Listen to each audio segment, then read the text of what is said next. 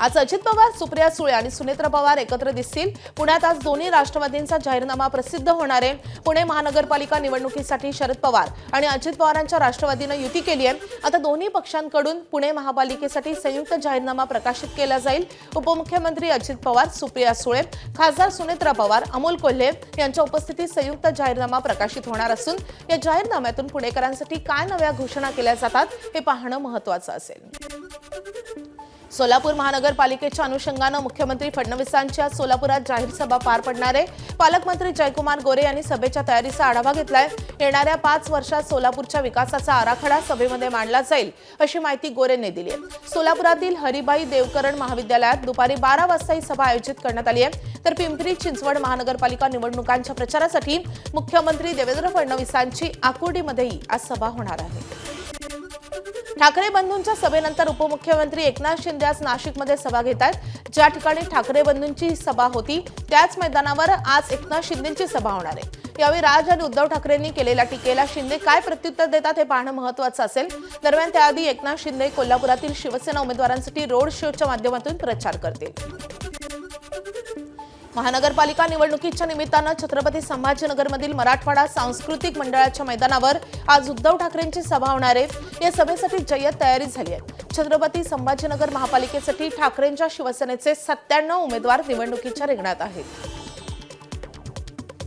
बाळासाहेब आणि उद्धव ठाकरेंशी गद्दारी म्हणजे आपल्या आईच्या दुधाशी बेईमानी अशी टीका डोळ्यापूरचे ठाकरेंच्या शिवसेनेचे आमदार नितीन देशमुख यांनी केली आहे. गुवाहाटीवरून जीवाचं रान करून परत आलो कारण आपल्या बाळासाहेब उद्धव ठाकरे आणि शिवसेनेशी निष्ठावान होतो असंही ते म्हणाले. लोकांनी शिवसेनेला मतदान करीत कृतज्ञतेची साक्ष द्यावी असं आवाहनही त्यांनी केलं आहे.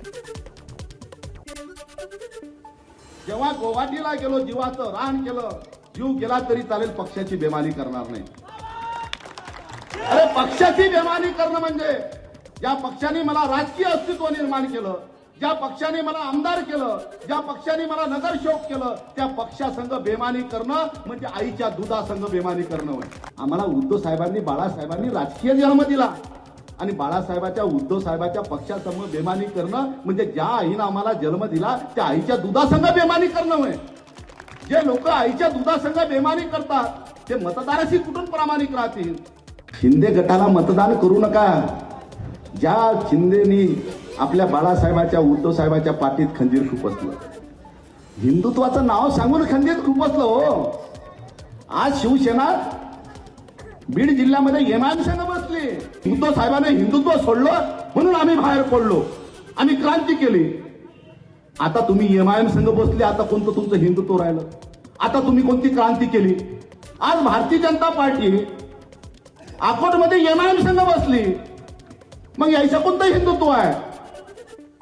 कल्याण पश्चिमेला झालेल्या सभेत एकनाथ शिंदेंनी ठाकरेंच्या शिवसेनेवर टीकास्त्र सोडलंय. दुसरों का सहारा लेकर तैरने वाले लोग हमें डुबाने की कोशिश कर रहे हैं असं एकनाथ शिंदेंनी सुनावलंय. मात्र आपण कुणाला घाबरत नाही, लाडक्या बहिणी आपल्यासोबत आहेत असंही शिंदेंनी म्हटलंय. जे करतो ते खुलेआम करतो असंही त्यांनी म्हटलंय. काही जण आपल्याला दररोज टीका करतात, सगळ्यांवर करतात. प्रधानमंत्र्यांनाही सोडत नाही, मुख्यमंत्र्यांना करतात. एकनाथ शिंदे तर रोज लागूच आहे. मी त्यांना एवढंच सांगतो, दूसरों का सहारा लेकर तैरने वाले लोग हमें डुबाने की कोशिश कर रहे हैं.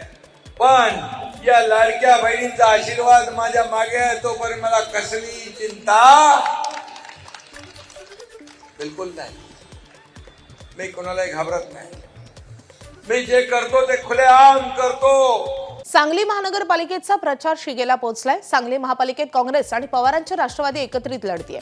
सांगलीमध्ये मिरज, कुपवाड भागात खासदार विशाल पाटील, आमदार विश्वजित कदम यांनी पदयात्रा, सभा घेतल्यात. या प्रचार काळात सांगलीकरांचा या निवडणुकीबाबत काय मूड आहे हे खासदार विशाल पाटील, आमदार विश्वजित कदम यांच्याकडून जाणून घेतलंय आमचे प्रतिनिधी कुलदीप माने यांनी.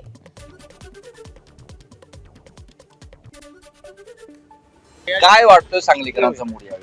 विकासाच्या नावाखाली केवळ प्रशासक असताना, महायुतीची सत्ता, भाजपची सत्ता असताना मोठमोठे टेंडर काढले, परंतु तेवढ्या चांगल्या दर्जाची कामं झाली नाही आणि ठेकेदारांना पैसे देण्याकरता हे टेंडर काढले असं स्पष्ट दिसून येत आहे.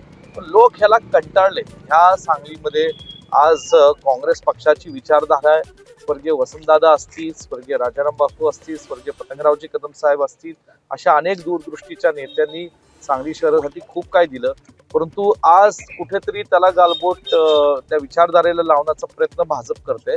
काँग्रेसची लोक आणि आम्ही काँग्रेस आणि राष्ट्रवादी मिळून मी जयंतराव पाटील साहेब आणि विशालजी पाटील आम्ही तिघांनी अत्यंत चांगल्या पद्धतीचे उमेदवार लोकांना दिलेत.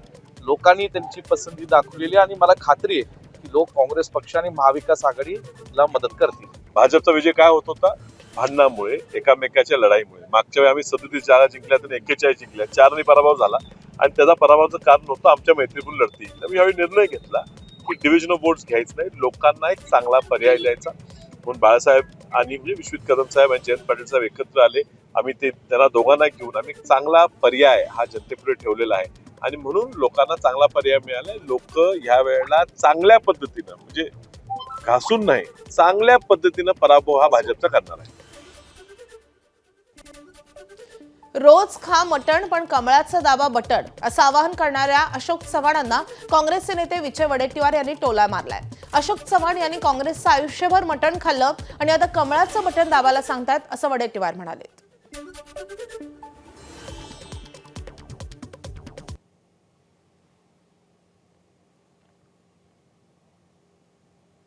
रोज खा मटण परंतु कमळावर दाबा बटन.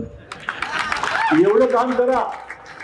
मटण खा एकाचं दुसरे मतदान दुसरीकडे असं काय भाग असं हे काय मटण देणार नाही. म्हणजे सगळ्यात मोठा तुमचा नगरसेवक अशोक चव्हाण उभा आहे तुमच्या समोर. हा सेवक मी तुमचा सेवक आहे. या महापालिकेमध्ये सत्ता मला द्या, माझ्या पक्षाला द्या. यांचा कान सुद्धा मी पकडू शकतो, यांना उडबैस करायला लावू शकतो. तुमच्या समोर काम तरी केलीच पाहिजे ही माझी गॅरंटी आहे, देवा भाऊंची गॅरंटी आहे. आज आमच्या अशोकराव चव्हाणांचं मी स्टेटमेंट पाहत होतो. ते म्हणले खा कुणाचंही मटण दाबा कमळाचं बटन म्हणे. आता मलाच कळलं नाही की अशोक चव्हाण आयुष्यभर दाबून काँग्रेसचं मटण खालो, दाबून, आणि आता खा कुणाचंही मटण म्हणताय. इम्तियाज जलील यांच्या गाडीवर झालेल्या हल्ल्याच्या 2 दिवसानंतरही पोलीस गुन्हा दाखल करत नसल्यानं संतप्त झालेले इम्तियाज जलील यांनी शहरातील सिटी चौक पोलीस ठाणे गाठले. हद्दीच्या वादावरून 2 दिवस गुन्हा दाखल होत नसल्याचा आरोप इम्तियाज जलील यांनी केलाय. तर आपल्या गाडीवर हल्ला करणाऱ्या आरोपीला तत्काळ अटकपूर्व जामीनही मिळतो. आज 3 वाजेपर्यंत जर जीपवरील हल्ल्या प्रकरणात गुन्हा दाखल झाला नाही तर पोलिसांच्या विरोधात मोर्चा काढणार असल्याचा इशाराही जलील यांनी दिलाय. रात्री उशिरापर्यंत इम्तियाज जलील हे शहरातील सिटी चौक पोलीस ठाण्यात ठाण मांडून बसले होते. 5 बजे तक का टाइम दिया गया कि आप अपना से दे कि इन्होंने एंटीसिपेटरी बेल के लिए अप्लाई किया है करके. वो से आने से पहले ही जज साहब जो है कलीम कुरैशी साहब और उनके लोगों को बेल ग्रांट कर देते हैं. और जज साहब इतने मेहरबान कि उन्होंने अगली डेट जो दी है कि पुलिस का से कब आएगा तो 17 तारीख की डेट दी है. तो जज साहब भी बड़े मेहरबान नज़र आ रहे हैं कि इलेक्शन के अंदर इनको छूट दे दी जाए ये गुंडों को. तो हमारा ये कहना है कि कम से कम दूसरे केस के अंदर जो लोग ओपनली नज़र आ रहे हैं गाड़ियों के ऊपर हमला करते हुए, हमारे लोगों को मारते हुए, क्या उनके ऊपर एक्शन नहीं होना चाहिए? एबीपी माझा, उघडा डोळे बघा नीट.